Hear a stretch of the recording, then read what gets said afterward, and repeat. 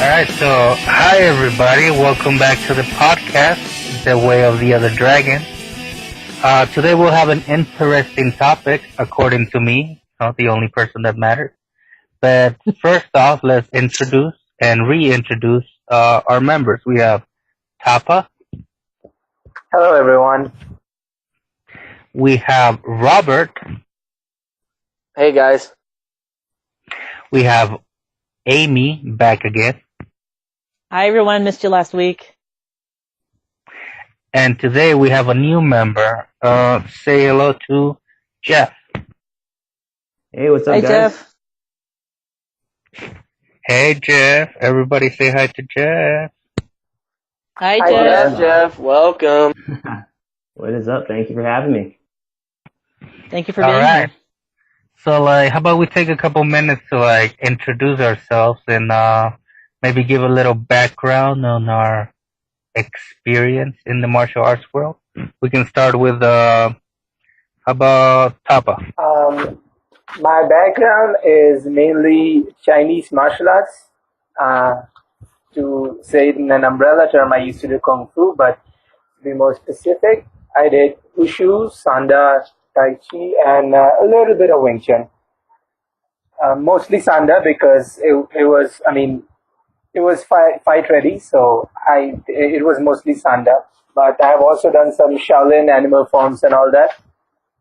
Been doing it since I was 5 years old, and been doing it since I was 5 years old, and hold on a minute, sorry. And recently I've also started JKD. I've been doing it for like 5 months. I've advanced to like orange belt, which is not very important. Just I'm very proud that I got a belt in JKD too. Yep, that's about it. That's very nice, Tapa. How about Robert next? I have only done Wing Chun, and I've studied for 6 years in one lineage, and I've recently branched out, learned a little bit from another, and aside from that, that's my only experience. That's interesting. What about, Amy? I started out in Taekwondo, which is not the right style for me, but I got into it because of a friend, and I switched from that to Kempo. I did that for very short 5 months until I was forced to stop because of a devastating shoulder injury. The injury is not martial arts related, but I wasn't able to continue training. By the time it was healed enough that I could train, I had a baby, and then I had another baby, and then by the time I was ready to train again, my dojo had closed, and so I had to start over again. And I found a hardstyle Kajikembo dojo, which I absolutely loved, and I call that my first love. At that time, I was training concurrently in hardstyle Kajikembo and Tai Chi with my same Sifu, and my main training partner at the time was a black belt in Aikido. He was Shodan when we met, and then he earned his Nidan while we were training together. After about 2.5 years, the .com bust happened, and I had to go back to work and go back to school, and I couldn't train anymore. When I moved here to Idaho, that was back home in California. When I moved here to Idaho, I found myself a stay-at-home mom again, and so I started doing soft-style Kajikembo because now I understood how soft-style affects hard-style, and so I did soft-style Kajikembo for about 1.5 years, and my kids were just a little too young to be left at home at the time. My husband was working nights because we work in our family's restaurant. And so the kids just couldn't be left home alone. So I had to stop training. And I thought my martial arts career was over at that point, because I thought by the time the kids were old enough to be left home alone, I would be more involved in the restaurant and I would never ever be able to train again. So that was really tough on me. And I thought it was over. Then one day I happened to park in front of an Aikido dojo, and I was familiar with Aikido because of my former training partner. And I was going, oh man, I'd love to train in Aikido, but I just can't. My martial arts career is over. It just won't work. But I looked at the sign on the door, and they had a yoga class and a Tai Chi Cha class at the exact 2 hours a week that I was actually available right after I dropped off my kids to school and before I had to be at work. So I joined those classes because at least I'm in a dojo and on a mat. It's not martial, especially the Tai Chi Cha is not martial. It's health oriented. But at least I'm in a dojo on a mat.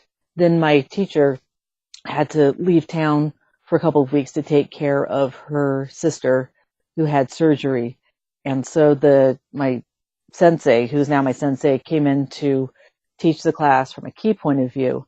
And so he's talking to us about ki and chi, and he asked for a volunteer to do a joint lock. And I was like, you can joint lock me. And he was like, are you sure? And I'm like, yeah, I'm sure.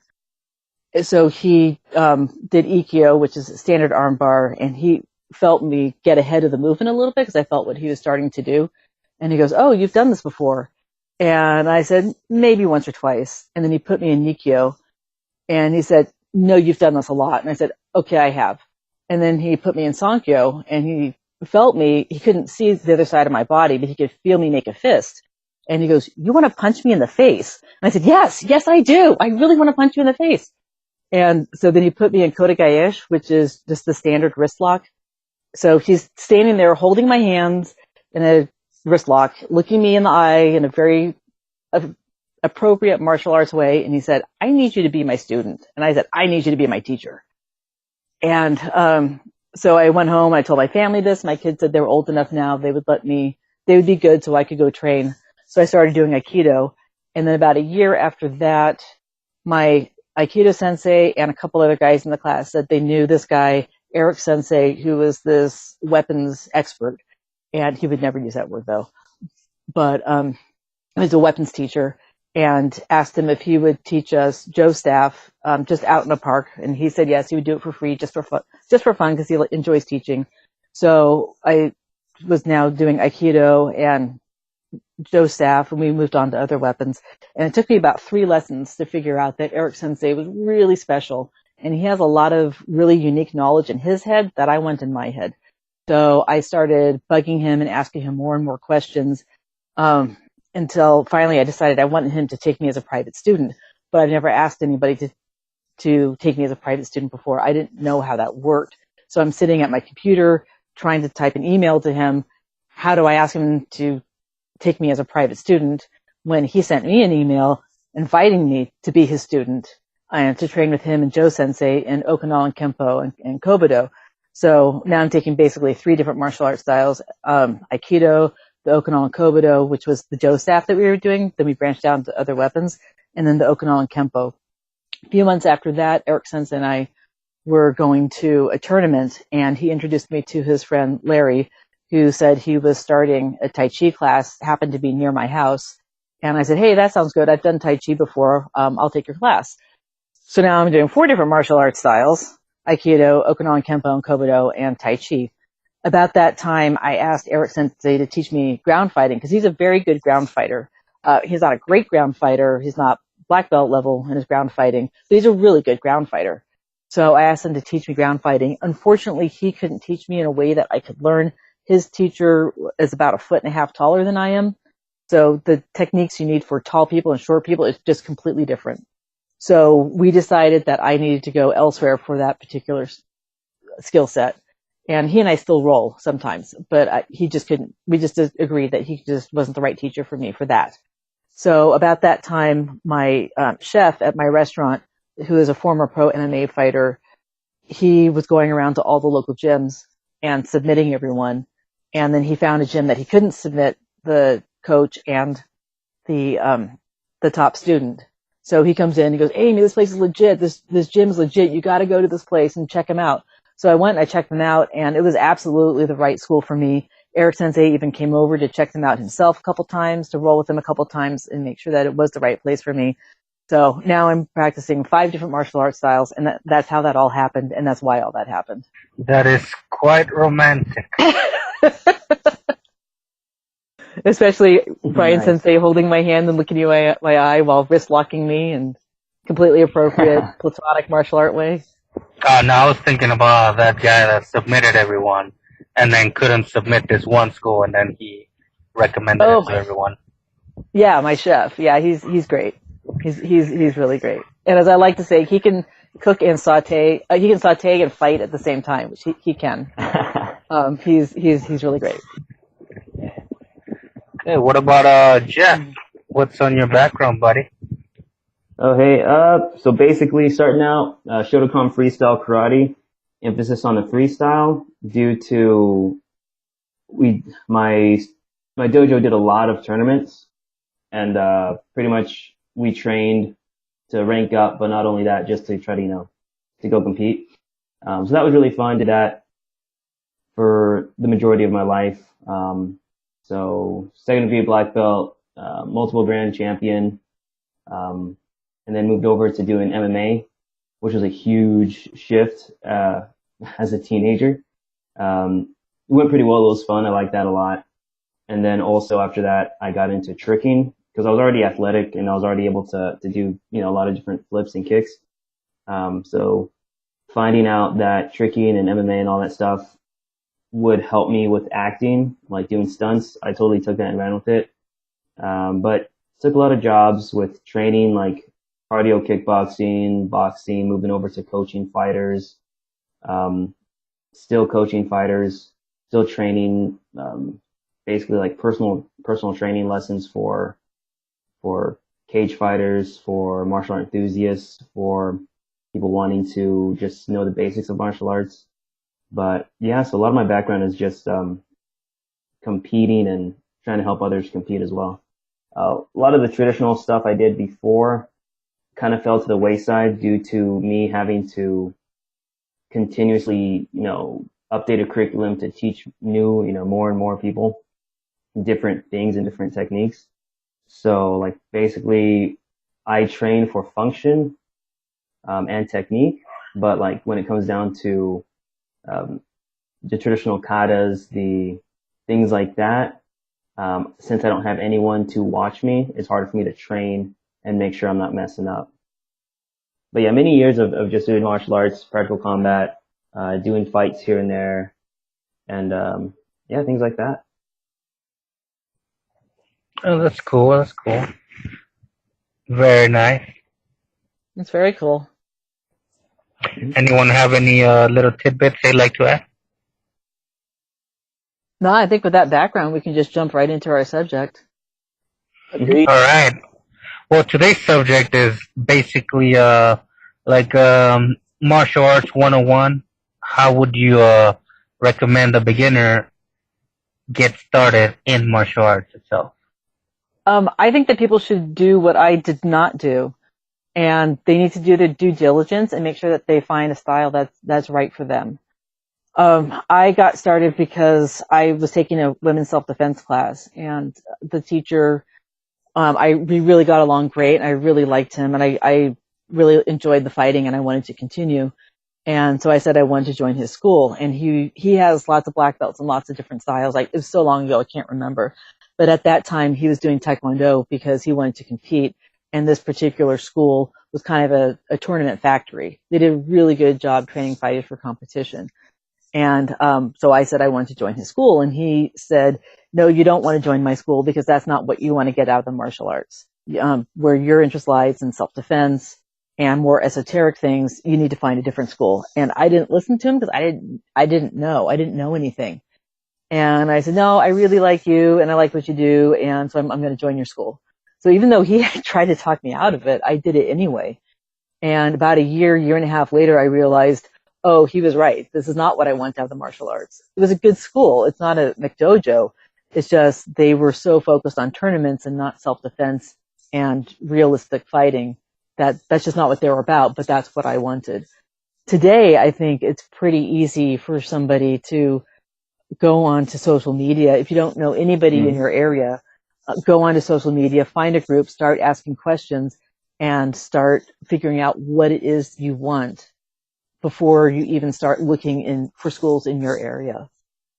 I can't even remember how I found my Kempo school. I probably on the internet. My Kaiju Kempo school I found because I met a guy in a Star Wars group who did Wing Chun, and he and I talked a lot about do I want to get out of the martial arts. We talked really in depth, so I really knew what I want. And then I looked on the internet for schools in my area until I found a couple that I want, and I checked them out and chose my Kaiju Kempo school, which was absolutely wonderful. I totally made the right choice. That's very nice, very nice. How about Tapa? What do you think? I don't know. I just, for me, I think if you have enough conviction, you just go for it. You'll ultimately find what's right for you. And I mean, that's at least how I did it and how I got into it, because I've been doing it since I was 5. But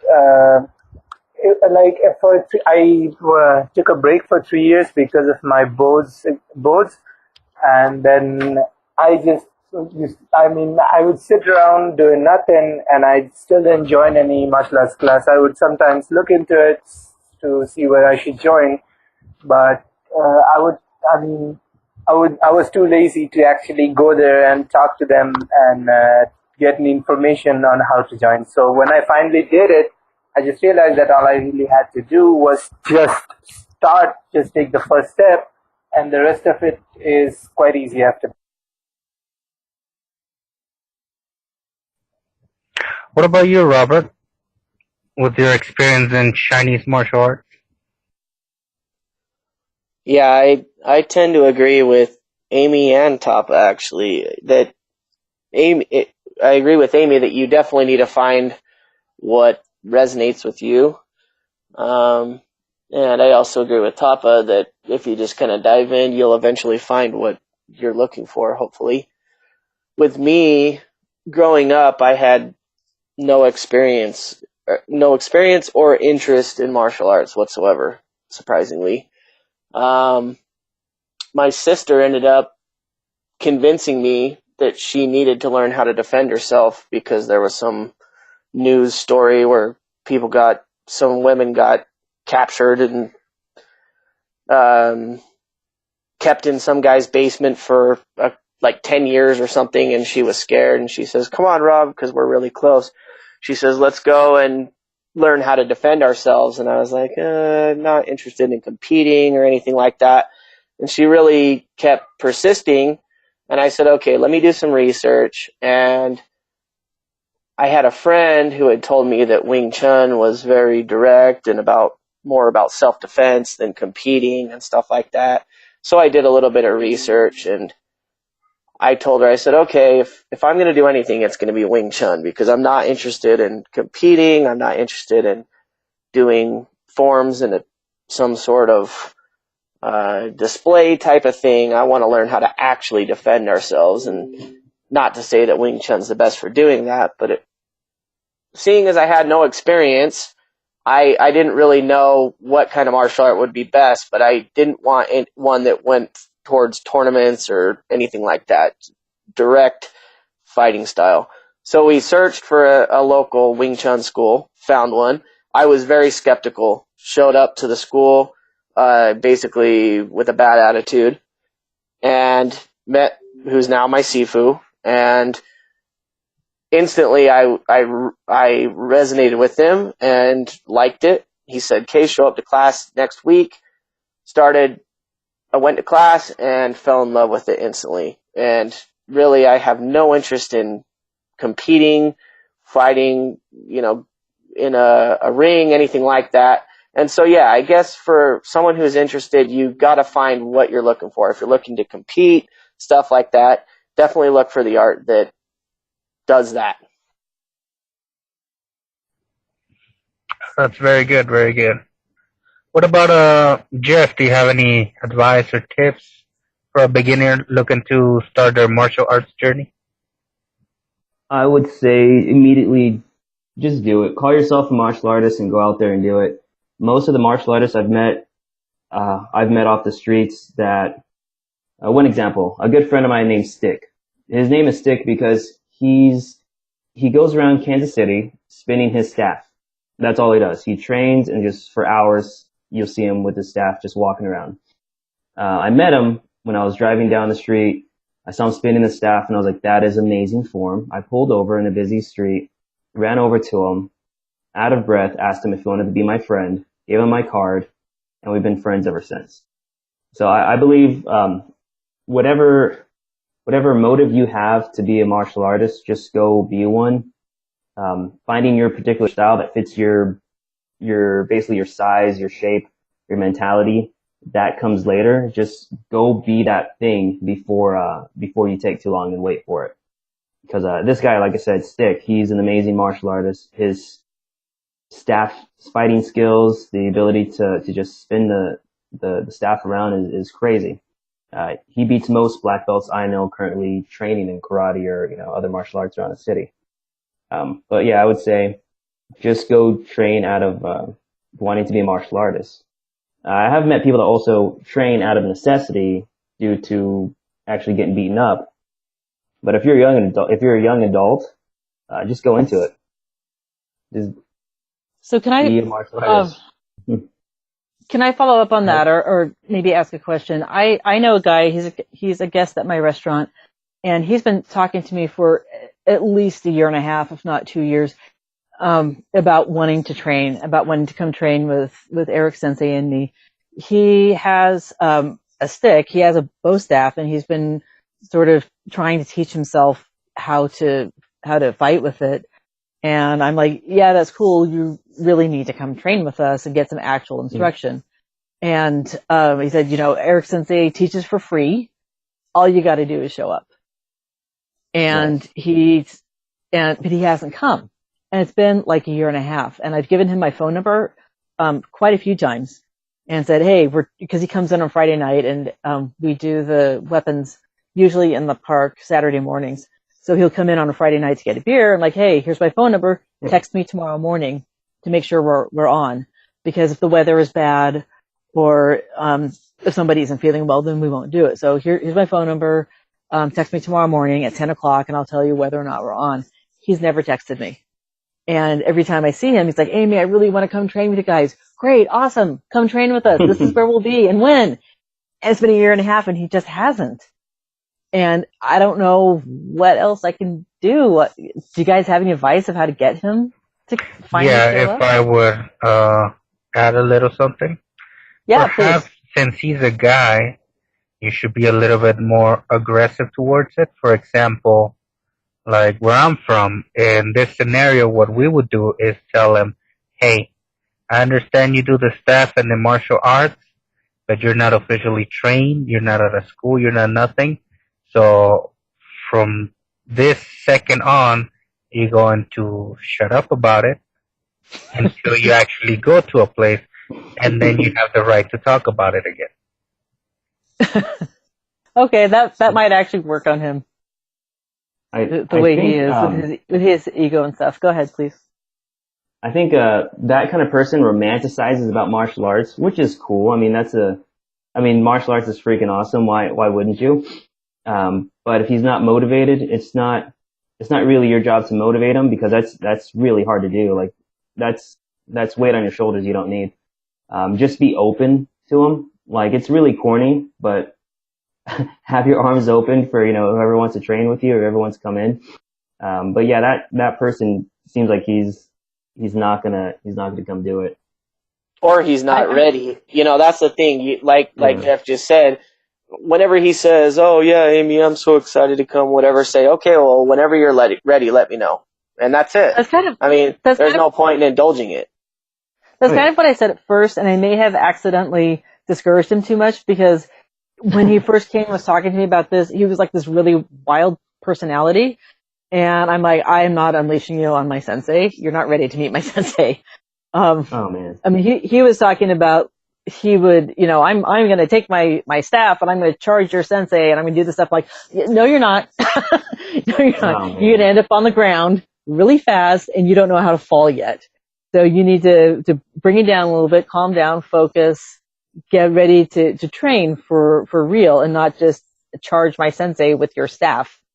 Because that would be a really stupid thing to do. And so I got him calmed down a little bit. I think he's focused now. And for about a year, I think he's been focused and ready to train. I even told him, okay, now you're ready to meet my sensei. Now I feel good about bringing you to class. That's when I gave him my number. Here's my phone number. Text me Saturday morning and come train with us. So you feel responsible for how he's going to act when he comes to class. Like, you don't want to be the person who recommended this crazy guy. Yeah. I don't want to be like, hey, sensei, here's my friend, and the friend has his staff and just, hi, sensei, and just hit him. I'm like, oh, you can't do that. This is like actual training. And besides, you're going to end up on your butt really fast and you don't know how to fall, and we don't have mats. We train outside. Well, in all fairness, if he does that, that's his problem. Yeah, if it's that sort of attitude, those kind of people seem to not take it as seriously. And they do tend to end up getting, like they feel uncomfortable in a formal training setting because they can't just, be themselves or whatever's in their imagination of what they can do. If they get like beat up by their instructor or someone else, they become really uncomfortable and just want to leave, or eventually they grow onto it and they realize, okay, so this is what the real stuff is. Yeah, they humble themselves. Yeah, and I think that's also part of why he hasn't shown up, and maybe you guys, being guys, can help me with this, and that would help our listeners as well. As a big part of it, I think, is when he has his staff and he's alone and he's doing all these twirls and stuff, and he's imagining the opponents coming at him. He's a total badass, and then to get around like an actual instructor who actually knows how to fight with these weapons really well, and so he knows on some level he's going to find out he's not a badass, that he doesn't actually know what he's doing, and he needs actual instruction. But that's a really humbling thing. That's probably going to be a much bigger blow to his ego than it ever was or will be to mine. Yeah, like somebody used to say, like, sometimes the student needs to be broken before you can build them up. So seems like he's in that phase where he needs to be taken down a couple notches before he can start learning some stuff diligently. Yeah. But I think he knows that. I think it's part of his reluctance. Is he doesn't want to come in and because find he out knows, that like, he doesn't actually know since how he's to not good at it and he doesn't have the right training, the only other alternative is proper training, and he knows what that means. It means if I play around too much, I might get hurt because, the other person I'm training with is proficient enough that when they swing, it actually hurts. So. Oh, yeah. I would suggest, because I've dealt with people like that before. I mean, we're all human. We all, have emotions. Once he gets humbled and he's feeling down, just encourage the heck out of him, because he likes martial arts. He wants to be there. Encourage him, tell him he's doing better, and see growth. I mean, that's what we're all here for. We're all to help, we're all here to help, train, get the technique, but we also need to be on that emotional side to where he'll do a lot better if I'm affirming him in his actions, So just encouragement.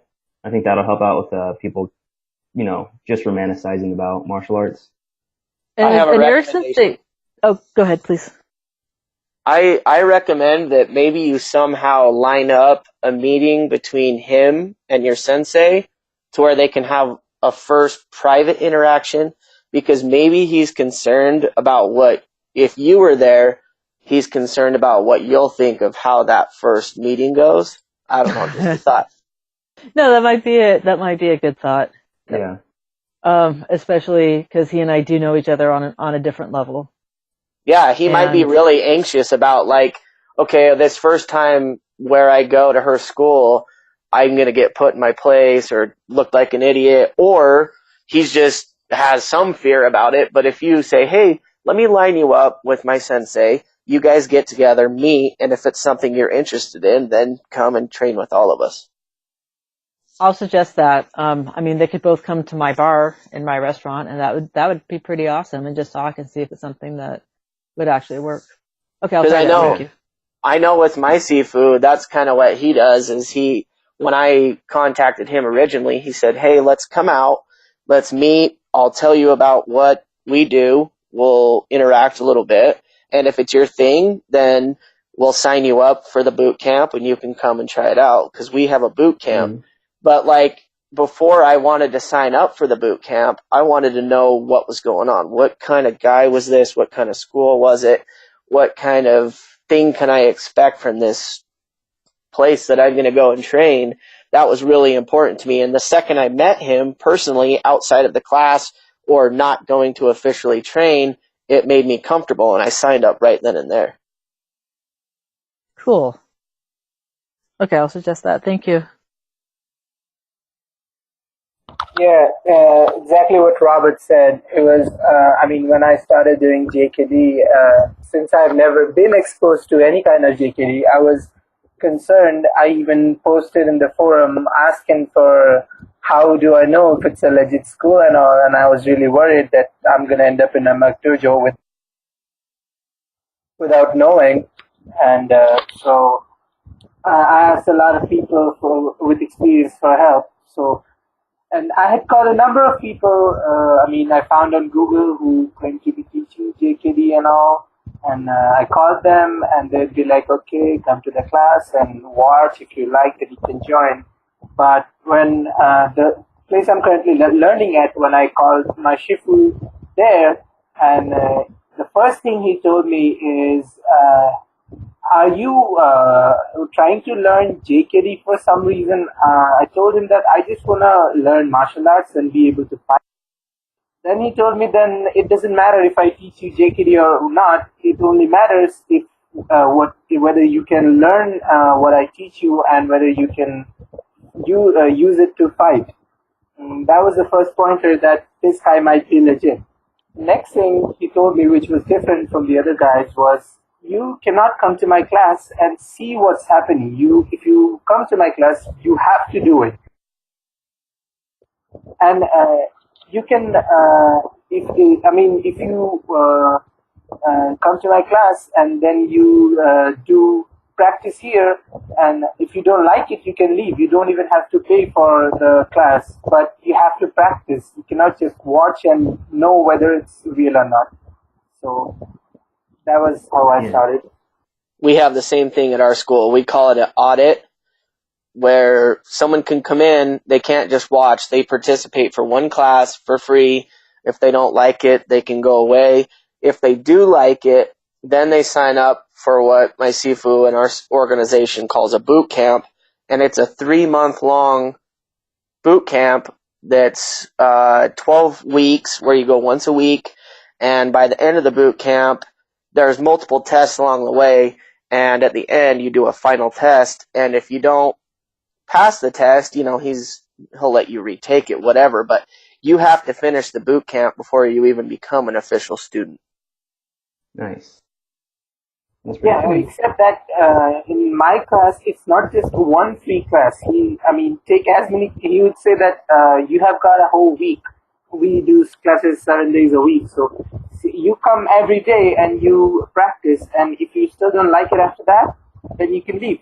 There's no underlying conditions at all. So how do you guys feel about contracts? That's a tough one. Yeah. What kind of contracts? Yeah, what do you mean by contracts? Club level contracts or? Some schools have contracts, and I kind of understand this. It's generally schools where the teachers depend on the school for their income. That's their only job. Most teachers I know have a day job and then they teach at night. It's not their primary source of income, and they want just enough money to keep the school going. But for teachers that is their primary source of income, a lot of them want students under contracts that they'll let you train for a week for free or a month. They'll let you go month to month for a few months, but then they want you under a contract for a year or for 2 years that they're going to charge your credit card or whatever this amount of money every month for the next however long the contract lasts, and you can't get out of it. And if you try to leave, you still have to pay, unless, because my Taekwondo school was under that way, and I was under contract, but I moved from the South Bay up to the North Bay, from San Jose up to Napa Valley, and they had a thing where you could get out of the contract if you moved 50 miles away or something like that. And clearly I was outside that radius, so they canceled the contract. Yeah, so once I found out, once I realized Taekwondo was the wrong style for me, I was still stuck under contract for a few years, and I was going to see it through. Even though I realized it was the wrong style, I was going to see it through to black belt, and then I was going to try to find something else. Oh man. Yeah, I am those 90% of the time. Those are usually the McJojo stuff. Not always, but 90% of the time, those are going to be the McJojo stuff. Those who want to bind you in a contract because they seem to lose students quickly, so they just want to make sure that they have the money.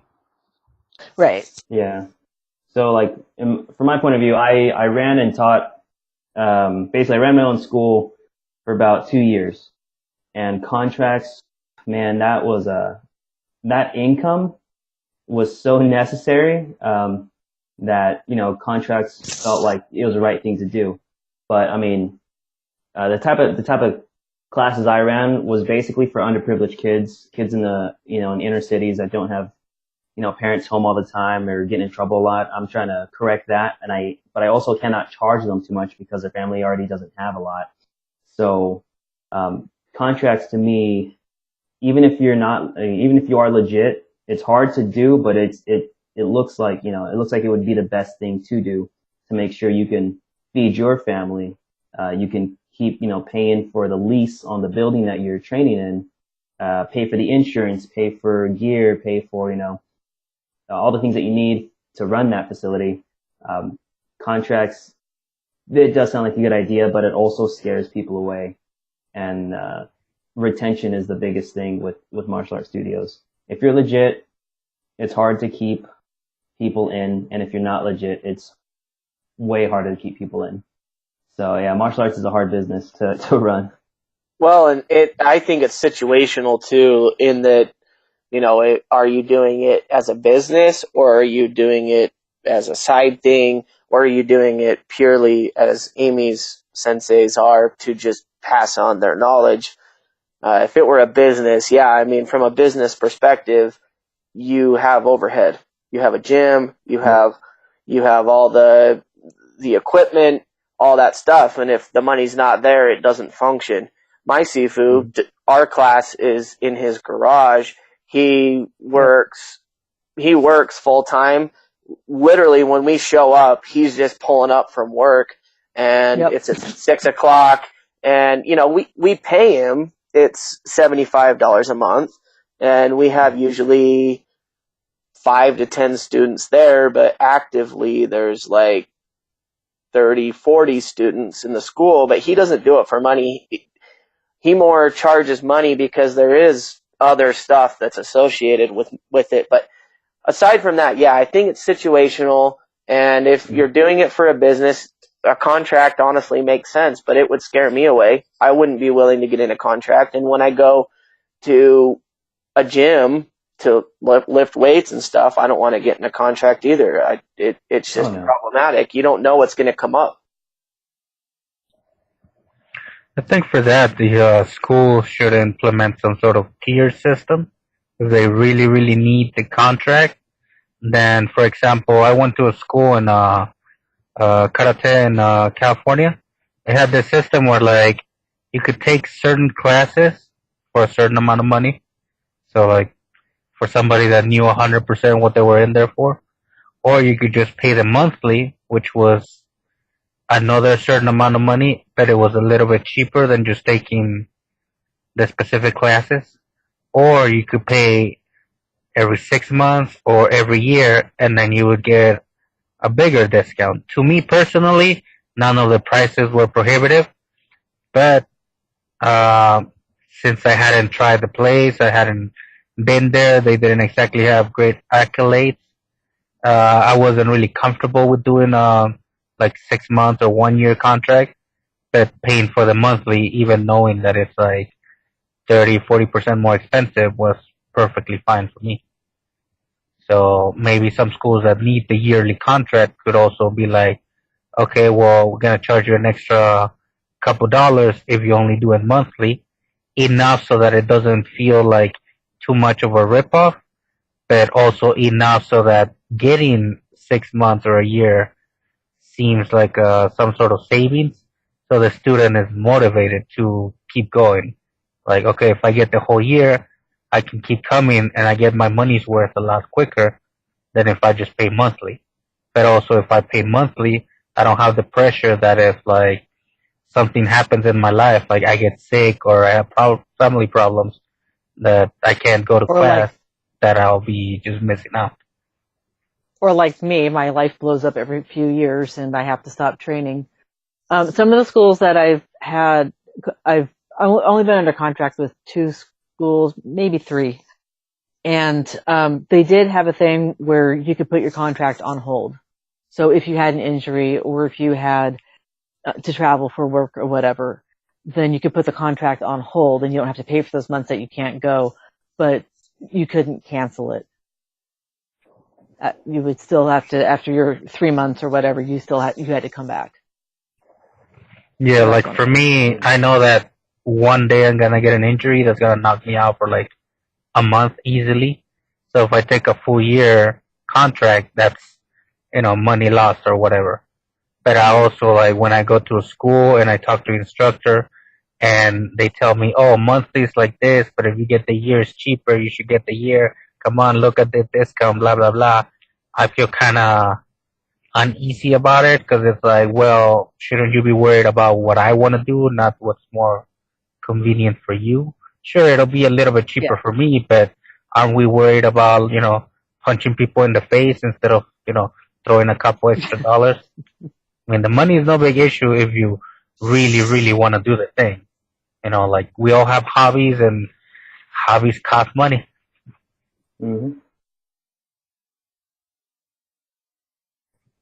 But if that's their primary source of income, I mean, on the one hand, I bet you felt like you were talking to a salesman, not a martial arts teacher.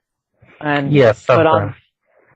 but on the other hand, if that is their primary source of income and they really kind of need it, I don't know. I mean, it's this delicate balance. I think of it like a car salesman. A car is important, it's nice. When I want it, I go get it and I don't care.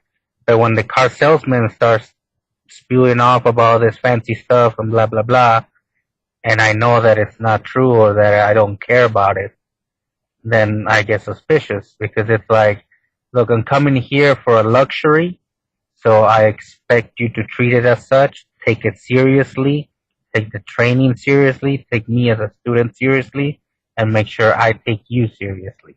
Don't just like the money is whatever.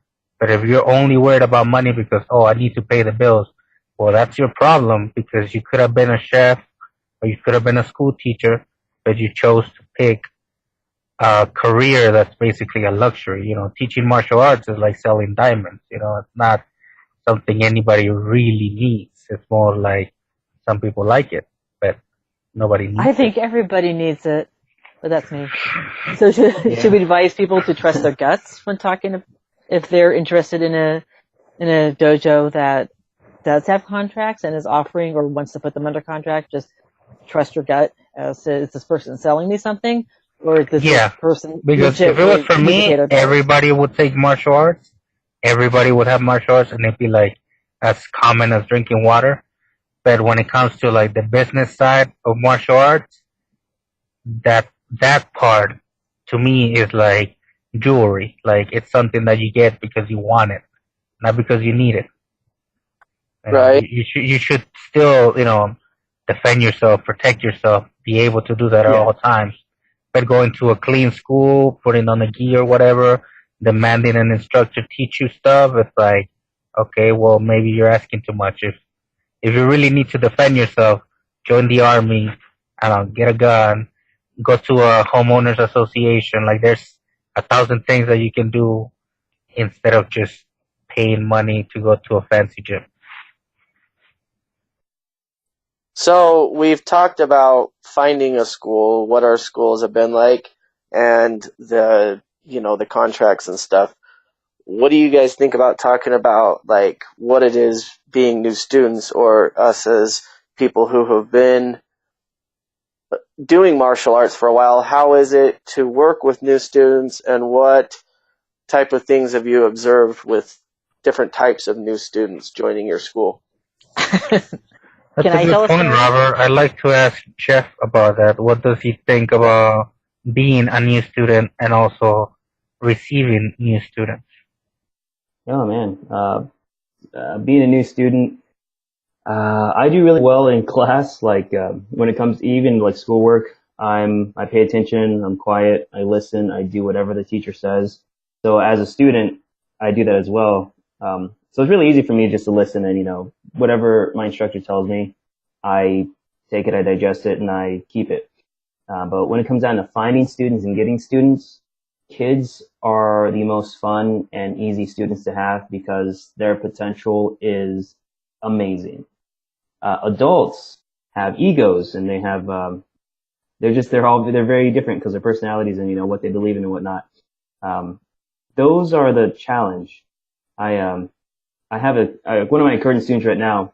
He literally is banned from the majority of all the, dojos and MMA gyms here in Kansas City. Nobody likes him. He's offensive. He's rude. He's delusional.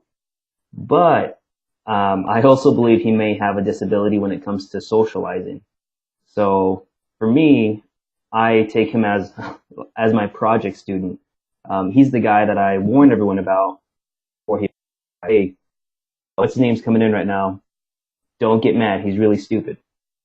So after training him for about a year almost, he's changed a lot. He's become humble. I made him back and those gyms that he's been to. The majority of them have even contacted me and were like, "Hey, can't believe you took this guy, and you made him a little bit better." We still have, but yeah, when it comes to having a hard student like that as an instructor, it's a project, and I kind of find pride in it. But yeah, bringing new students on, I pretty much will accept anyone, age, size, weight, whatever. It's all good to me. That's awesome. That's really awesome. Thank you for that. What about Papa? Wait, can I ask Jeff something real quick? Yeah.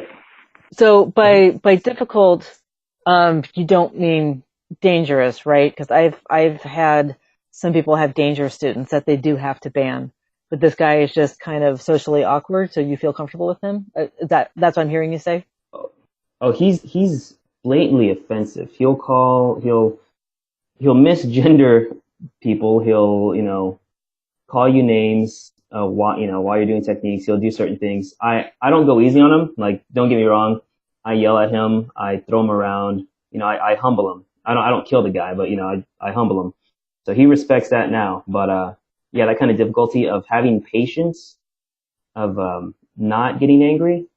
Like when you're sitting in traffic and you have that road rage moment, I feel like I'm way better at controlling those outbursts due to my experience with this one student, because I know, center yourself, breathe, and there's always a way, to work around this kind of situation.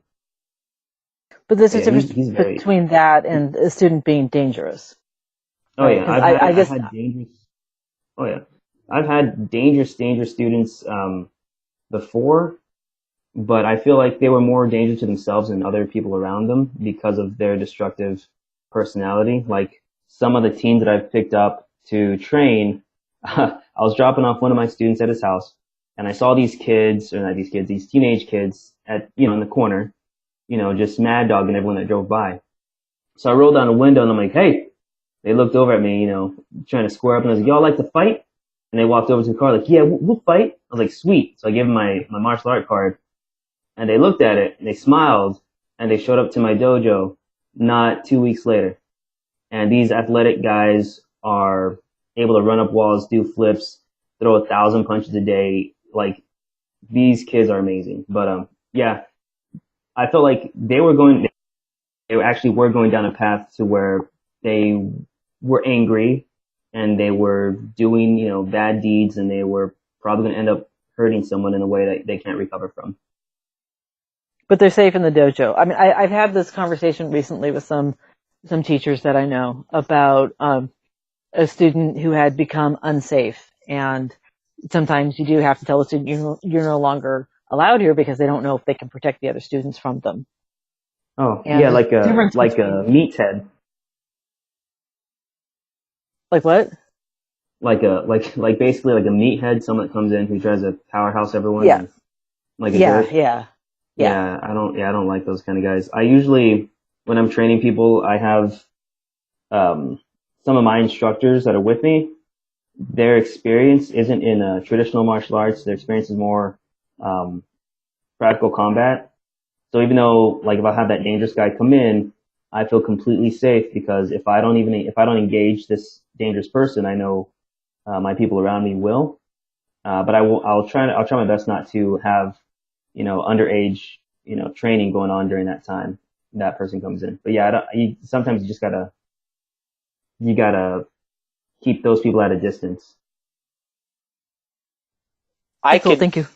I could never really see that happening in my school, but I guess it definitely depends on how your school is oriented and what you focus on. If it was like day one, they're sparring type of thing. But the type of atmosphere that my school has, if someone came in, if they were even too aggressive for a minute, it would be shut down by my sifu. It's just not acceptable whatsoever. I'm kind of, and I'm very limited in that I've only ever done one martial art. I've only ever done it in one school. So forgive me, but I can't picture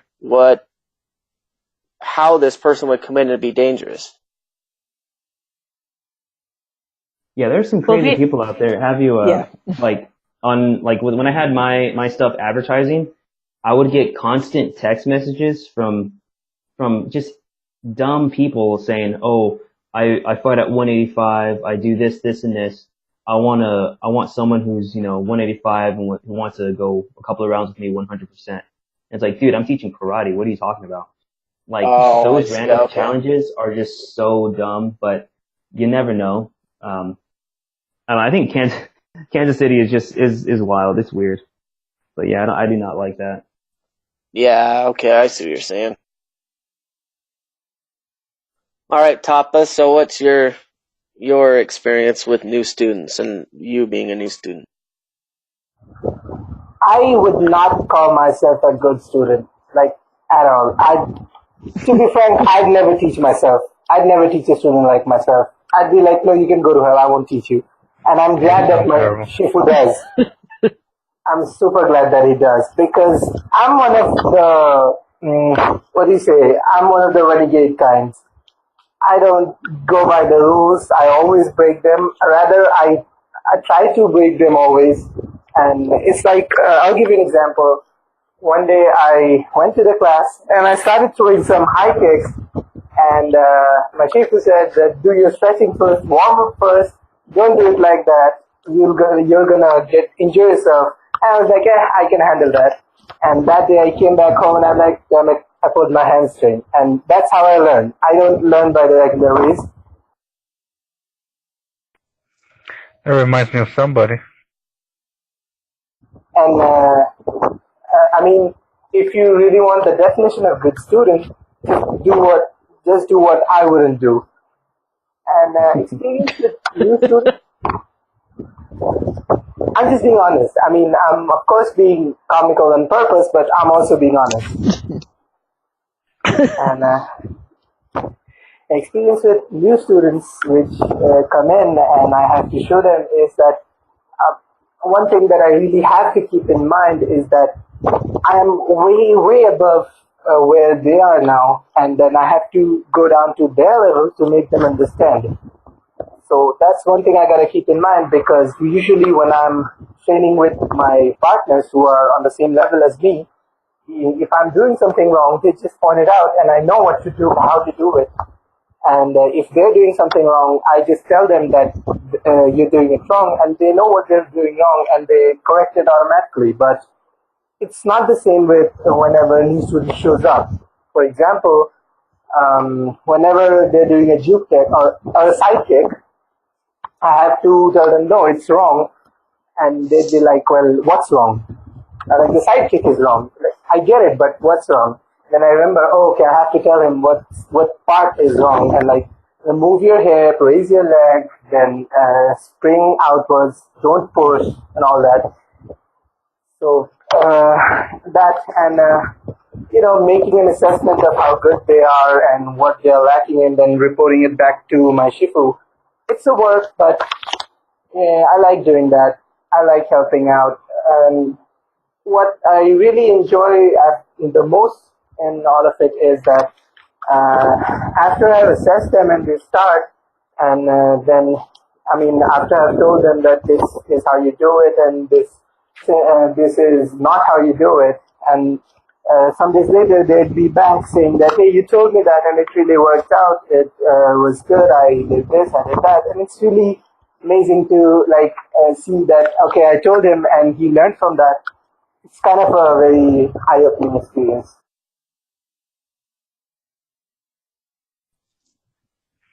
Very nice, very nice.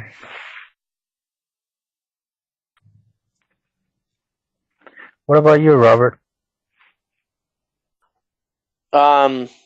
With new students, so in my school, as I said before, we have a 3-month boot camp before you can even become an official student. And I think that's a really good idea, because with our boot camp, I'll tell you, when I went in, I was probably 290 pounds. I was very out of shape.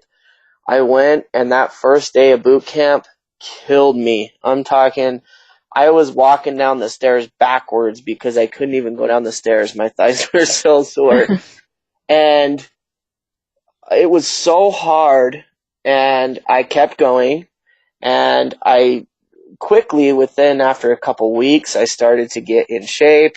I wasn't so sore for 5 days after. It started to get easier and easier. I was learning more, and I started to get more involved.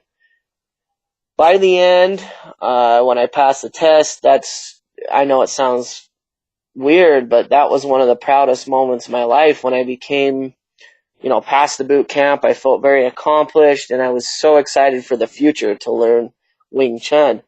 Now that I've been doing it for all these years, I've seen tons of graduates, and I would say if 10 people start, probably 3 or 4 graduate, because a lot of people want to learn, but they're not willing to actually dedicate themselves. They're not ready for the actual hard work. They want that instant gratification. They want to just know without actually having to try. And for new people who want to learn, I would say that's the thing, is it's hard work. You have to dedicate yourself. And of the 4 out of 10 who actually graduate from boot camp, surprisingly only probably half of them will continue into the school.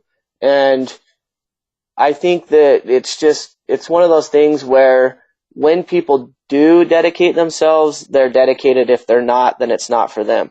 But then on to that, when the students do join, I want to say that it's really hard to work with new students because they're not really aware of their body. They're not aware of how to handle their punches. They may accidentally punch you in the face. They may accidentally hit you way too hard. They're not really aware of how to control themselves. And that's something that with working with new students, I always get more bruises. I get hit in the face, stuff like that. And that's something that only really comes with experience. But yeah, working with new students can be really hard.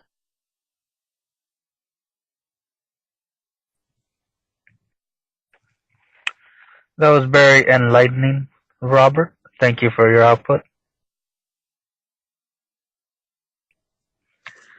What do you guys think on how to avoid certain? Yeah, did I you had have a something else? story. Yeah, I had a story, if I may. Okay, go ahead. Something that came to mind listening to all you guys. At my Aikido dojo, there's two kinds of students that we get that I don't like. Most of the students we get are awesome, and they understand Aikido before coming to sign up, and they know what they want.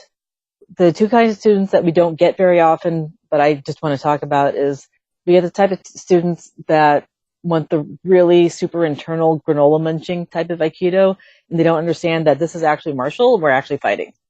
And yes, we are going to start slowly and go easily for a new student. There's a lot of sensitivity you have to learn, but we're working up to the actual fighting. This is martial. And the others that I don't like are the exact opposite, the hyper-masculine men. And we don't get very many of them, but we got one that I was thinking about listening to you guys talking, that he's pretty tall. He's over 6 feet tall. And I'd met him before at one of my other schools, the soft style Kajikembo school. And he did that for a short time. We may have left at about the same time. And then he shows up to the Aikido school, and he's done, he and I have a really similar background in the martial arts. And he's in his mid to late 50s. It's time to start doing soft styles. He understood that his body demanded now that he do soft styles, but he just couldn't wrap his brain around what that meant. He couldn't understand what a soft style actually is and what it is you have to do. And there was one day that there was one day that he and my friend George and I were in a threesome, and George is about 6 feet tall, big, huge oak tree of a guy. So, and I'm 5'2". So I'm here with these big, huge, strong, older men who are still very strong. And the technique we were doing was a yokomen strike, which is a side angle strike, like 45 degree to the head. You would do it with a beer bottle or something, and turn that into shihonagi throw, which is the four corner throw. Do you guys know what that is? Do you guys know what the shihonagi throw is? Never heard of it. I don't. Okay, I'll take that as at least one yes. So we're coming in with these strikes, and I first learned this technique when I was doing hardstyle Kajikembo, and it makes more sense of a weapon in your hand, especially a club. When the strike comes in, you don't block it, you blend with it. And you don't block it because if there's a club or a beer bottle in your hand and you do a really hard block, the hand is still going to whip around. You're going to get hit with the object. So you don't block it, you blend with it, and you take that energy and you redirect it. And yes, I did learn this in hardstyle Kajikembo. And as it goes past them, then you turn it into a throw, which I can't think of describing without showing you how to do it. The throw is really hard for a tall person to do on a small person. It's possible, but you have to kneel.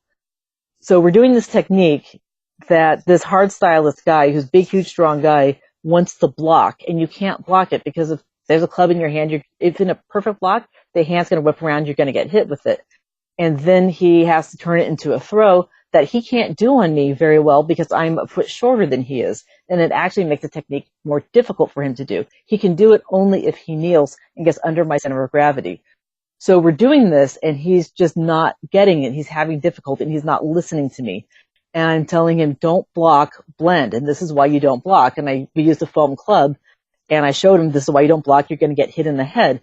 This is why you have to kneel when you throw me. You have to get under my center of gravity because I'm shorter than you are. This is actually more difficult for you to do on a shorter person. I can throw him easily because I'm just standing up. I'm already under his center of gravity. And he's like not listening to me. So I call my sensei over and I said, hey, can you explain to him how this works? I didn't want to say because he's not listening to me. I just said, he's having difficulty understanding. Can you explain to him? So the sensei said pretty much everything I had just said. That's called heap-eating, but that's okay. So he said everything that I said, and he listened to him, believed him, but looked at him like, you are freaking crazy. This is nuts. This is never going to work. And I'm like, this does work. I learned it first, 15 years ago doing hardstyle Kajikembo, and I've done it full speed with clubs before, full speed, full intense. I've done this. It does work. But you got to change your mindset to soft style and you're here because you know your body is telling you have to start doing soft styles. And he was just like, this is insane. And I was thinking in my mind, we're never going to see him again. And yeah, he never came back. He just couldn't handle it. And I think he was just hyper masculine. He couldn't accept that. And I don't just throw that term around lightly. He said something a couple weeks earlier to me that I'm not going to repeat, disparaging a local martial artist who I knew and really, really respected. And he said something really disparaging about this man. And I was like, if you can't see that this man understands what I'll say it as mildly as he can. He said he didn't respect this other martial artist because he's short and he's small. He's not a big, huge, strong guy. The guy did a Chinese martial art, so he wore a very loose fitting, basically pajamas, not a gi that comes in at the waist, so you can't see his body, you can't see his physique. Yeah, he's thin, but he's really super muscular and he's really strong. And even if you're doing a hard style, that's how you know it works. And this is what I was trying to explain to him. Any big idiot can just pick you up and throw you around, but that's not what a soft style is. And at his age, his body is getting weaker. In his late 50s, he's fine. But if you look forward a couple decades, his body's getting weaker. He needs to learn how to use structure and not strength.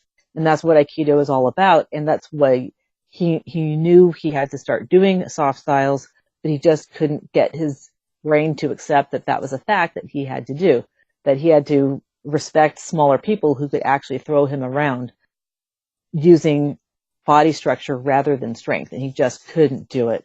And it's a shame. Sounds like a very arrogant student.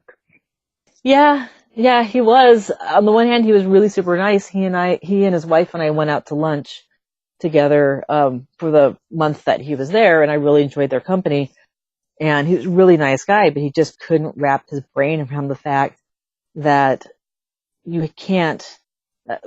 Basically, what I said: if any big, huge person can make it work, you know it works when a small person can actually do it. That's how you know the technique actually works, when they're not faking it with their strength.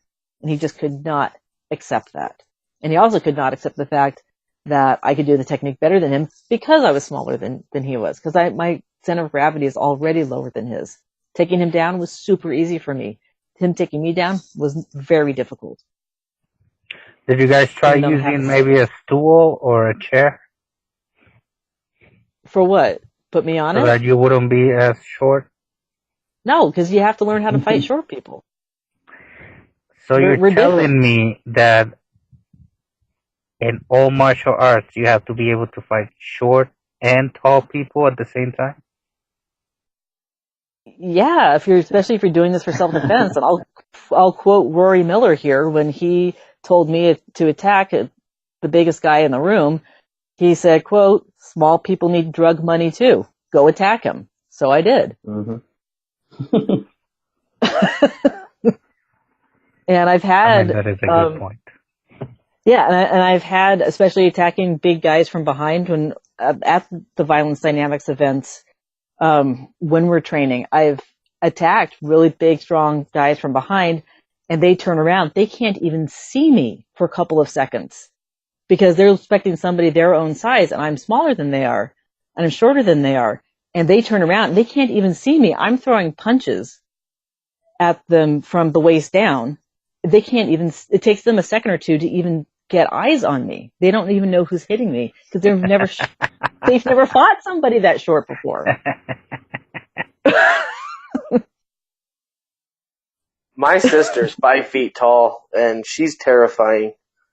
Yeah. And I have other Wing Chun sisters who would whoop my ass. I'm 6 feet tall, 220 pounds, and I have 5 foot tall, 100-pound girls in my school who would whoop my ass. So I think if your training can't deal with bigger, stronger people, there's a problem with that. Mm-hmm. Well, and if bigger, stronger people can't deal with shorter people. We do have a lot of examples of for example in sports, of a really small fighter beating up like really big fighters. Equal weight and everything, of course, but clearly like almost a foot taller. Like Tyson, Mike Tyson used to fight some really big-looking guys compared to him, even though they were the same size. But clearly, he could handle himself fairly well. Yeah. From a self-defense perspective, you have to be able to, in my opinion. I mean, otherwise, what's it worth if they have to be equal weight and size as you? I mean, You have to be able to fight all sizes. I agree with what Amy said, because if you're learning self-defense, you can't expect your opponent to be on the same weight category as you. If you're doing for sports, it's okay, but if you're learning self-defense, you can't expect people who will weigh the same as you. And just like Robert said, in my class, I also have no.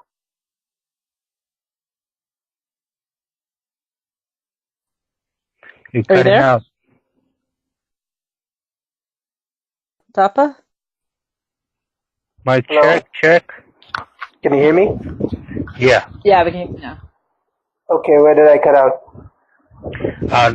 Basically, at the beginning, you started and like 2 words maybe.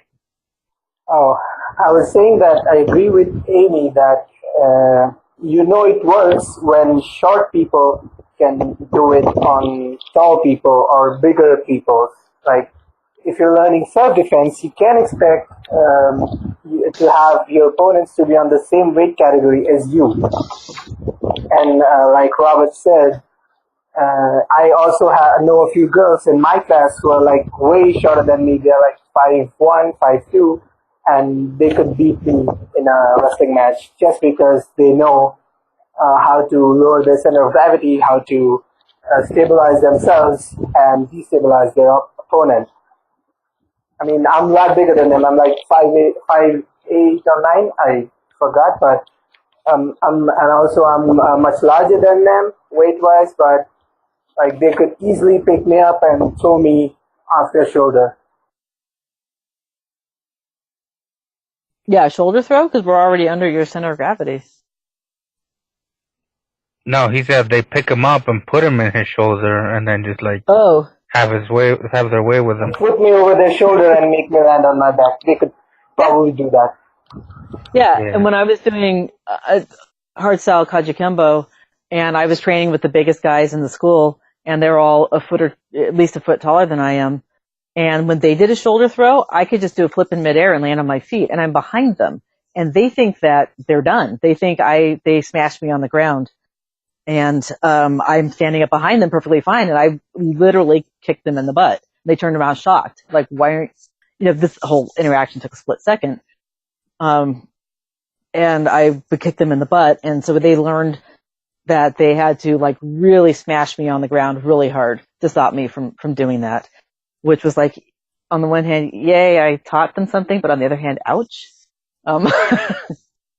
But yeah, we small people are tricky. And to get this back to new students starting, if you're a big, huge guy, and don't look for, if you're doing this for self-defense, don't look for gyms with only big, huge guys. You gotta fight us small people. We are tricky.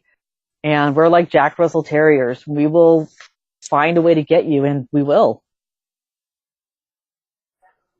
Yeah, in my school, we frequently, because I live right next to an Air Force base, we have a lot of military guys who join.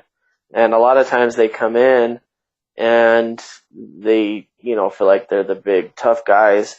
And pretty quickly they realize that being big and strong doesn't really equate to much if you know what you're doing. Yep. And they feel What weird about you, training Jeff? with smaller, weaker people. But if you know what you're doing, it doesn't. You don't have difficulty dealing with a bigger, stronger person who's untrained. I'd like to hear Jeff's opinion on this particular weight disparity issue. On the weight difference, oh yeah, you have to train in a variety of things. You can't just like MMA fighting. You're training to fight a guy who's training to fight a guy just like you. So when it comes down to self-defense, its variety is always better because the more experience you have in different scenarios, the better chance you have of surviving and controlling the situation. But yeah, it's fun seeing a small person throw a big person around as well. I love seeing that, and I'll continue to to root for the small person when it comes down to throwing the people around. But yeah, I do believe that strength and coordination is a big thing when it comes to self defense. But height wise, if you're more experienced than a guy who's bigger than you that's not very experienced, you can survive. You can take care of yourself. But yeah, I mean, if you're going against a huge muscle bound guy and he has no idea what he's doing, huge chance you're going to be okay. But also, if you're not capable, you're going to get destroyed. And I've been there. It is no fun. Unless you win, in which case it's definitely fun. Oh yeah, and then it's fun all over YouTube. Don't make me get all violence dynamics on you about what it's like to win. It can be tough, but that's not this discussion. Oh yeah. Or maybe it should be. I mean, maybe if you're looking for a martial arts school for self-defense, make sure that they talk about these other subjects as well. We always look at the fight itself. Well, what about what leads up to the fight? What about what comes after the fight? Does your school talk about situational awareness, avoidance, de-escalation? Oh, yeah. And then there's the fight itself. All those things are left of bang, and then right of bang, the fight itself, medical care. You know, all the consequences of actually fighting. Talking to the cops. I mean, this is something that in violence dynamics, we actually drill talking to the police. And this is something that we do between conferences and seminars anyway. We're all connected on social media, and we send each other's self-defense articles of a situation that happened. And okay, pick a side. Who are you? And give your statement to the police and defend what you actually did. And this is best to do if you disagreed with their actions, if they went too far, and you think what they did was wrong, justify it anyway, because that could be you someday. Hopefully not, but it could be. You could be in a self-defense situation. Your adrenaline is going, and you went too far, and now you want to stay out of jail. You have to defend what you did to the police, or maybe you even did the right thing, and you stayed within the law defending yourself, but you still have to justify it to the police, especially if you did more damage to the other person. A lot of times the person who wins is the one who goes to jail, even if that person was attacked. And one of my senseis was attacked. A guy tried to steal his wallet, and my sensei won. And he said that the paperwork he had to go through to prove it was self-defense was so arduous, it wasn't worth it. That it would have been easier just to replace everything in his wallet. So these are things that you have to think about. And when looking for a school, if you're trained for self-defense, do they also teach these other things, or do they only teach the fight? I ran into that. I had an issue. One of my colleagues, he's trained to conceal and carry and just carry regardless. He was working on like a project filming wise, and he was with his filming friends, and they were in a bad neighborhood. And they were at a gas station. Confrontation happened. His friends offended someone, and that someone had a gun. So that someone pulled out the gun, and my friend had a conceal and carry, was running and laid down cover fire so his friends can get away. Oh my God. The guy with the gun, while he was getting away during the cover fire, he got clipped in the hip with a bullet. So he was down, and his other two friends ran off. The other two guys got caught by the cops. The kid that got shot in the pelvis, he was in a hospital, later died due to bones, exploding and your intestines get messed up. My buddy, as soon as that happened, he's a martial artist. He's been in fights, but this is a different level of like post-traumatic stress. He's depressed. He just shot and killed a man. So going through that situation, helping him, it wasn't about training. It was more being, brother and trying to talk him out of that, trying to get him to become his old self again.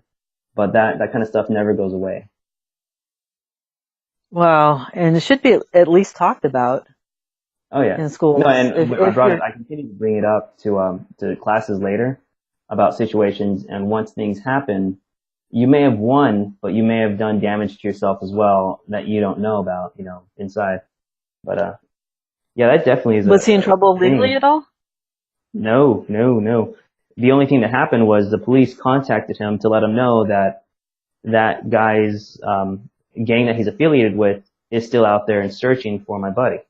Oh wow. So he was like, Yeah, well, that's something that needs to be talked about. Did he stay in the area or did he leave?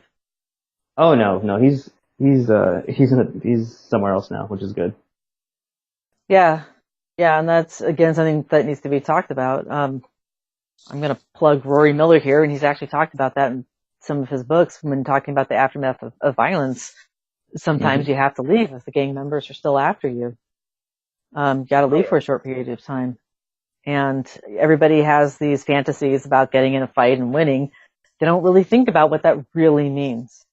Exactly. And too we many need to, movies and out there make it sound cool.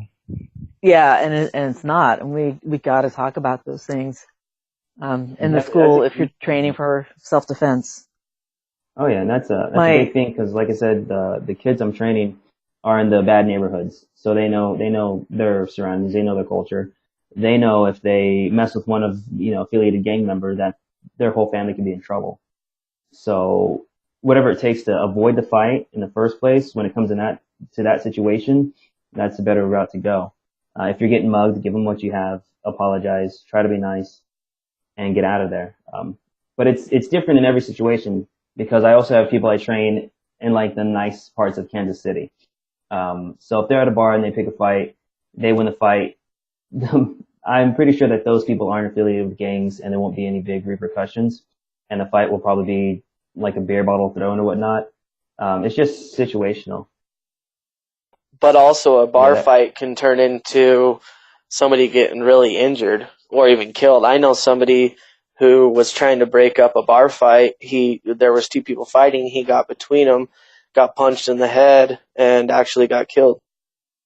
So, you know what I mean? Yeah, because he got punched in the head, he fell down, and I don't know if he just from hitting his head on the concrete or what, but he only got punched one time and it killed him. So, like, as a martial artist, when you're in a bar and someone tries to start stuff with you, it's really easy to get heated and stuff, but you really have to keep it in perspective and walk away. If you have the opportunity, you have to either walk away or avoid it. And back to, Amy keeps bringing up Rory. I've been listening to his book. And I can't remember what the name of it is. Maybe Amy can remember, but I'm listening to it. And Facing Violence? Yeah, Facing Violence. Yeah. And if you're in a self-defense situation, and if the person dies or is maimed or something and it becomes legal, you have to prove that what you did was absolutely necessary and there was no other option for you to injure that person. Yep. And even then, still might go to jail because I just finished reading Scaling Force, which serves as a really nice sequel to Facing Violence. And there's a really horrific story in the book about this guy who was pursued. He cut off, if I remember correctly the story, he cut off a motorcyclist, or the motorcyclist thought he was cut off. And it turned in, he was pursued for many, many miles and went to his workplace, which was closed that day. And for whatever reason, the gate wouldn't open for him and ended up getting in a shootout. And you read the story and it's self-defense all the way. And he went to jail. Even though anybody reading the story was like, how could that be? But I guess the jury and the prosecutors felt that he at some point should have restrained himself and not kept shooting. And you're reading the story going, no, it doesn't work that way. I can't remember, I don't want to repeat the story because I can't remember it well enough, but it's shocking reading it that, yeah, this is self-defense all the way, and then finding out, nope, he was found guilty. Oh, jeez. Yeah, what's the name of that book? That is Scaling Force. Scaling Force, sequel to Scaling Violence by Rory Miller, now available on Amazon. Facing Violence. Yeah, it's all available Facing on Violence is really Facing good. Violence. I've never listened to any or read. I'm listening to the audiobook, but I recommend reading it because of the way it's done. But Facing Violence has been really eye-opening for me because, I've always thought growing up that if someone punches you or touches you first, you can unleash on them and mess them up. But that's not really the way that it works. If someone punches you and you end up severely injuring them, which us as trained martial artists is very likely, if you completely lose control of yourself, you have more power than you realize, then you may end up in jail or you may maim or kill the person. Who knows, back to the story of the one punch, he fell down, hit his head. That could happen. Yeah, it's very easy to hurt someone. So, just from the punch to the head, then the head to the concrete, you're done. That's going to cause some severe damage. That's crazy that happened. But you got to be really careful about those things. Yeah, and also a lot of people, because then you can't protect yourself. Yeah, and there's this misconception with people that watch, like, for example, sports. They see people hitting each other over and over, nothing happening, but they don't take into consideration that, like, in real life, like, any hit might kill the person. Like, you get punched in the chest hard enough and you're not ready for it, it might, you might crack a rib and a bone might puncture your heart, might puncture your lungs, might just stop your heart overall. It might knock you out, and then, your respiratory system might go out. Things like that. Very good point. Because the person could have pre-existing, health conditions to where they could easily, like you said, punch them in the heart. They have a heart murmur, things like that. They're done for. So it's like you want to be careful, but not too careful, so you're safe. It's a line, very small line. On that topic, following Jeff, I'd like to point out, since MMA and basically freestyle fighting is, like, really cool nowadays, people that are listening to it should consider asking their sparring partner if they have any health issues before actually sparring with them, because accidents happen and you don't want to be the guy that actually puts your sparring partner in the hospital because, they, like, heart murmur and accidentally punch them too hard and they get taken out. Very good true. point.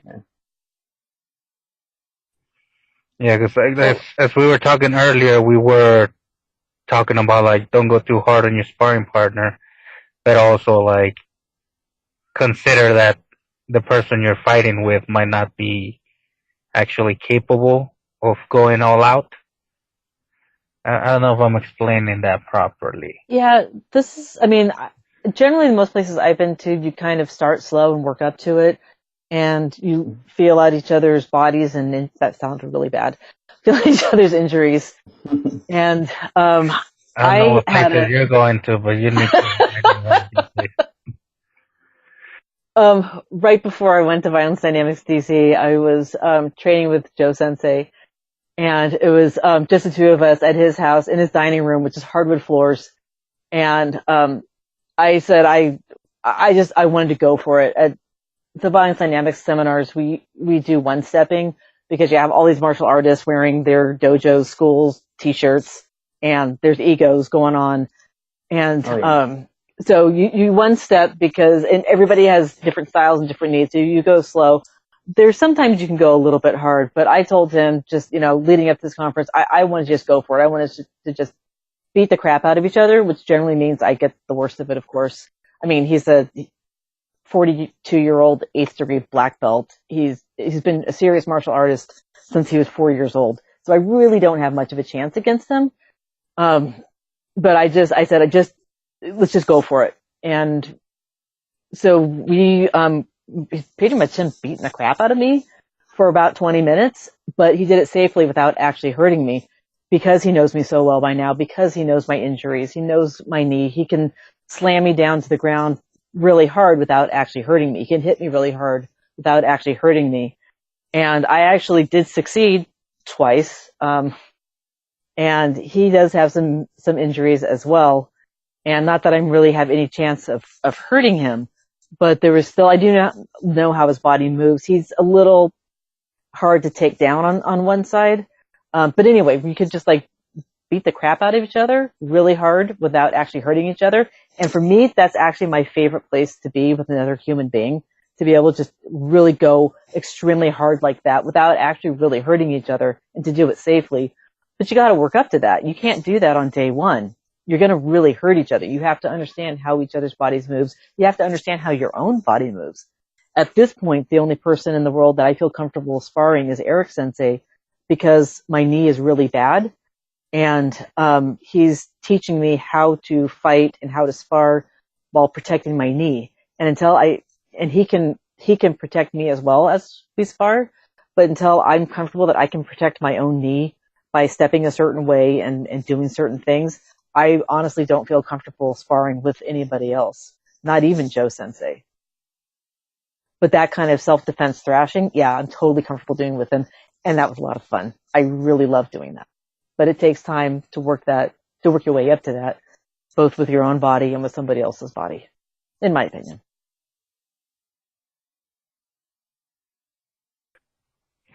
Anyone else want to add some tidbits to that?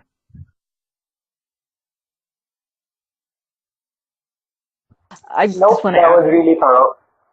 I just want to add one more thing. Just since the topic is new students and finding a dojo or finding a school that you want, one thing that I did after I kind of learned a little bit and I was trying to find new schools is they want you to go to the beginning class and see it. And then I would always insist on going to advanced class to see where I was going.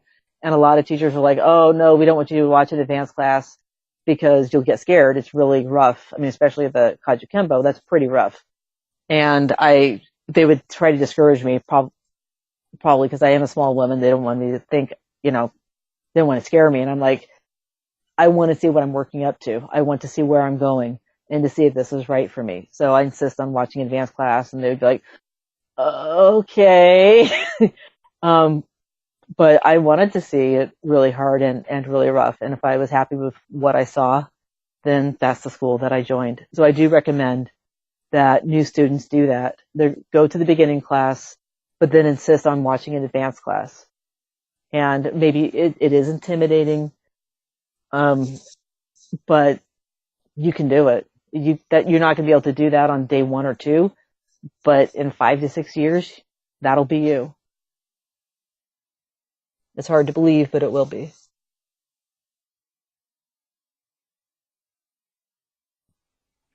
Now, we had a little topic suggestion from one of our listeners. It was, how much responsibility as a martial artist do you take for situations that are out of your control? Like, for example, you're walking down the street, you see somebody beating up someone else. Do you react to it? Do you care? Do you ignore it? Do you feel responsible because you have the training to do something about it? What do you guys think?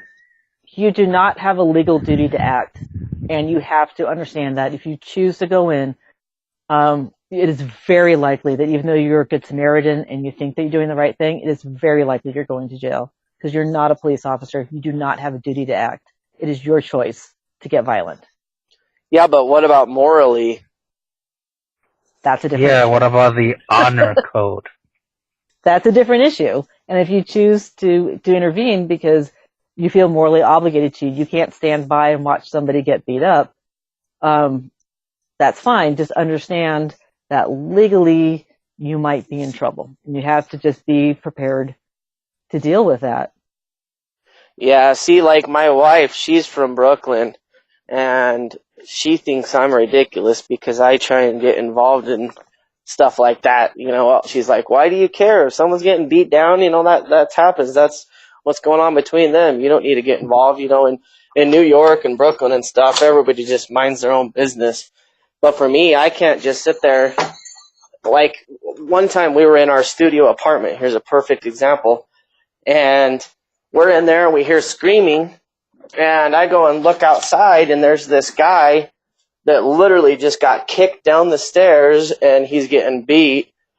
And my wife's like, don't you dare go out there. Don't you get involved. And I'm like, for me, I'm like, this guy is obviously getting smashed. I need to do something to stop it. Morally, I wanted to stop it. And she stopped me and didn't let me go out there. And she's like, let's just call the police. But anyway, yeah, so I mean, it really becomes a struggle between the legal and moral, whatever you want to call it. I always want to get involved and try and stop it, but there are times where it's not a good idea. Yeah, I'm actually just about to retain counsel for this because at my restaurant, I have 3 employees with restraining orders against violent exes. And if the exes come in, I'm getting physical. And I feel it's my moral responsibility as the owner of the business to protect my employees. Is it my legal responsibility? I don't know. And there were other people, because I employ so many martial artists and former bouncers. Pretty much any of my employees would get involved if a violent ex came in and started beating up somebody, or even tried to drag them out, or even was in the parking lot. So there's all these different situations I got to think about. If they are in the restaurant, they're inside, is that different than outside in the parking lot? I don't own the building. I lease the space. So I'm actually just about to go retain counsel and have a consultation and discuss these issues. Well, what if they're wearing the opposite colors of your hood? Would that influence the manners a little bit? Well, yeah, of course. I was just checking because, like, if I'm wearing blue and somebody red is beating up someone else, maybe I should legally be allowed to step in. That's street law. But when it comes down to going after trying to stop complications, I usually, like, for instance, I was trying to get a new belt for work. And I was outside of a Marshall's, and there was a couple yelling at a different couple, and they're about to get physical. And I was just walking in, I turned around and I yelled, hey, and I got my little Batman pose. I'm like, what's going on here? And I did my daddy voice, and they stopped and they got in their cars and they're like, oh yeah, we're just what's going on? And they left, and I was like, okay. And thinking, what would happen if I didn't say that? Would they have gotten in a fight? I could have just stopped them. Would I have tried to pull them off of each other? But I always try to step in vocally first, if anything. But if it ever escalates to like a hardcore, like someone's getting pounded on, I'll stop it. Going to parties, seeing dudes, in college trying to drop pills in girls' drinks, I would see that and I would stop that and I would go talk to them, kick them out of the party. I would take the girls home, like those kind of things. Stepping in, I feel like you do have a responsibility because you have the ability to do something. Not even if you're not a martial artist, if you're at a party and you see some dude trying to drug someone, if you don't stop it, are you just responsible? Are you as responsible as that because you didn't do it? I think in a way, yeah, you should have said something. But when I'm gonna agree with Jeff on that one. On that particular scenario, if you see that happen and you don't do anything about it, it does seem kind of like you're part of it. Yeah, I agree. Yep. And when it goes to violence, it's almost it's hard because there's so much, like, you can get hurt legally, you can get hurt financially, you can get hurt publicly. There's a lot of things that'll come back to you, but emotionally. But when it comes down to like the kids from the hood or the teens from the hood, they are used to walking away or walking by people getting hurt, and that's it. If people just check themselves, because I know the cops in that area do not help them. If people just check themselves, maybe it'll trigger some sort of inspiration, some sort of epiphany that community will start looking after themselves instead of ignoring the dangers that community has. You got to police yourselves to a point when you don't have police helping you out. And I think at least I would like to inspire that in those areas. Where do you live again, Jeff? Like, what state? I'm in Kansas City, but it's basically Missouri and Kansas. Yeah, that's right. Yeah, well, that's really cool. Yeah, where I'm from, we don't have that particular issue, but, like, we don't have a lot of people who get involved in that stuff. But yeah, that's really cool that you're doing what you're doing. Yeah, that's awesome. Yeah, I don't live in that area, but I grew up kind of like that. So I'm like, yeah, we got to fix these issues. Yeah, that's Definitely. very admirable. And one thing I want to add to that is, this is kind of counterintuitive, but the more you train in the martial arts, the more peaceful you become. If you're doing it right, which you obviously are. And it seems counterintuitive that you take these kids who grow up in violent areas and you teach them how to fight, but that actually makes them less violent. It's weird, huh?